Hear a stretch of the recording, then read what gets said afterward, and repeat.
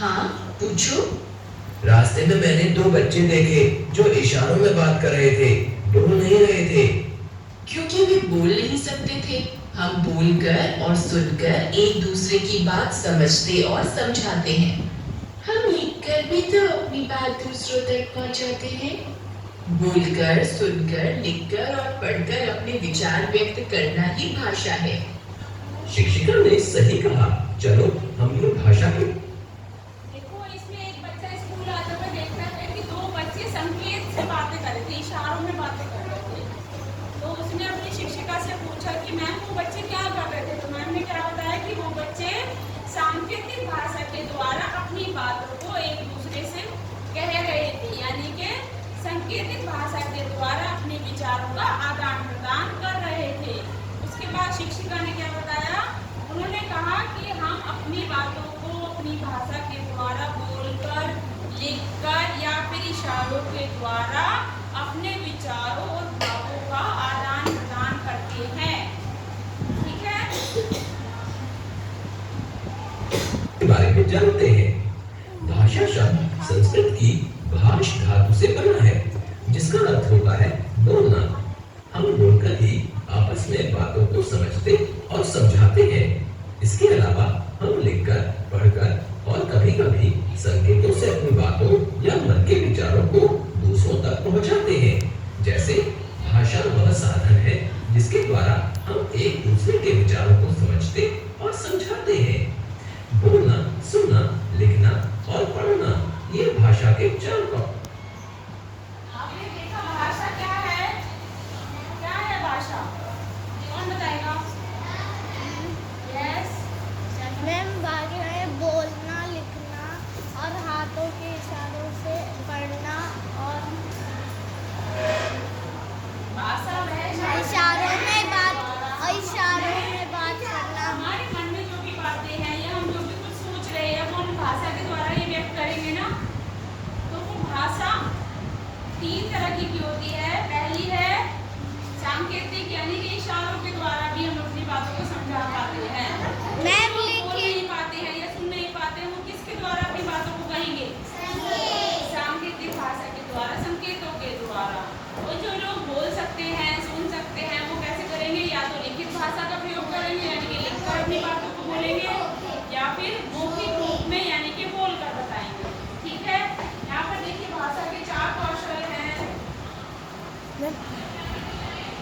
बोलना, यानी कि बोलकर अपनी बातों को बताना, दूसरों की बातों को सुनना। सुनना भी बहुत जरूरी है। जब तक आप सुनोगे नहीं, आपको कैसे पता चलेगा कि सामने वाला व्यक्ति आपसे क्या कहना चाह रहा है। लिखना और पढ़ना, बोलना, सुनना, लिखना और पढ़ना, ये भाषा के चार कौशल हैं। नेक्स्ट देखिए आगे। कौशल है। इन्हीं कौशलों के आधार पर भाषा के रूप बनते हैं। बच्चों, आज हमारे विद्यालय का 50वां वार्षिकोत्सव है। हमारे विद्यालय ने इन 50 वर्षों में क्या क्या उपलब्धियां की हैं, उन्हें मैं पढ़कर सुनाता हूँ। प्रधानाचार्य जी ने पहले बोलकर अपनी बात बताई, सबने सुनकर उनकी बात समझी, फिर उन्होंने लिखी बातों को पढ़कर बताया। इस प्रकार यहाँ भाषा के अलग अलग रूपों का प्रयोग हुआ। भाषा के विविध रूप। प्रधानाचार्य जी ने कहा कि हमारे स्कूल में जो भी आज तक प्रगति हुई है उसके बारे में मैं आपको बताता हूँ, और वो जो लिखा हुआ है मैं उसको पढ़कर बताऊंगा। तो पहले कौन सी भाषा का यूज किया उन्होंने? मौखिक, क्योंकि पहले उन्होंने अपने स्कूल की प्रगति और उपलब्धियों के बारे में बताया। ठीक है, सबको जानकारी दी, और उसके बाद जो उन्होंने बोला कि मैं पढ़कर बताऊंगा, वो कौन सी भाषा है? क्योंकि वो लिखी हुई बातों को पढ़ रहे हैं।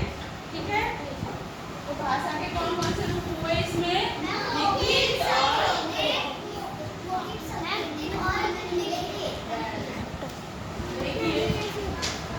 भाषा के तीन रूप हैं।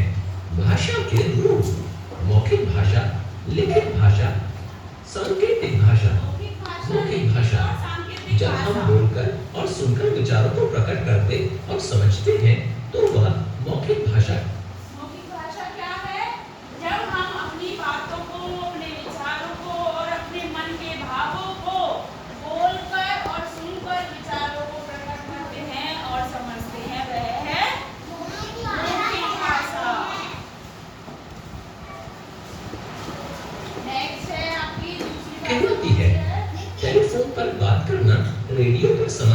भाषण, कहानी सुनना आदि मौखिक भाषा के रूप है।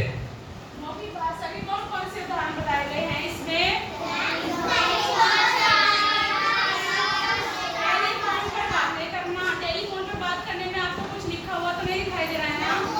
सुनाई दे रहा है हमें, यानी कि वो हमें बोलकर बता रहे हैं।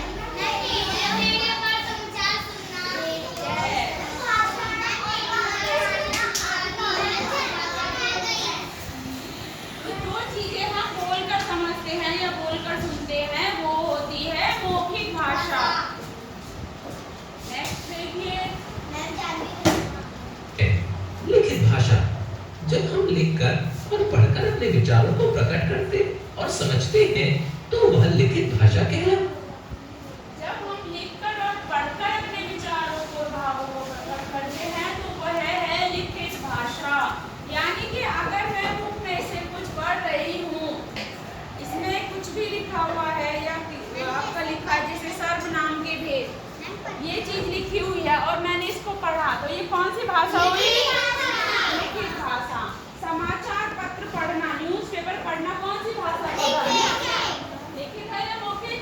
लिखित भाषा। Very good. है समाचार पत्र, पत्रिकाएं, ईमेल, मोबाइल के मैसेज आदि लिखित भाषा के रूप है। सांकेतिक भाषा, जब हम संकेतों के द्वारा विचारों को प्रकट करते हैं और उन्हें देखकर समझते हैं तो वह सांकेतिक भाषा कहलाती है। गूंगे बहरों की बातचीत, यातायात के नियम, सेना की झंडियों के संकेत आदि सांकेतिक भाषा के रूप हैं।